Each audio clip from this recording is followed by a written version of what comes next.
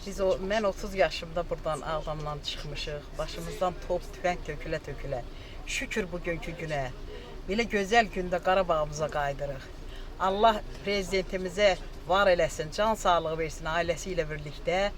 Şəhidlərimizə rəhmət eləsin.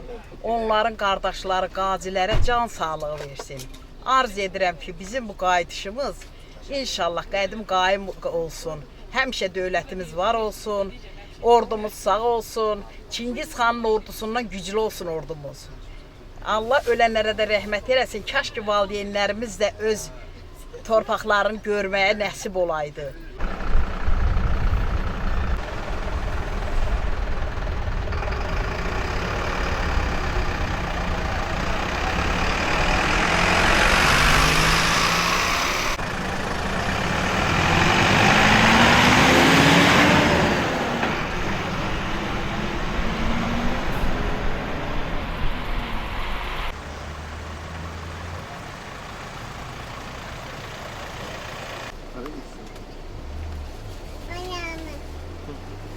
Abi.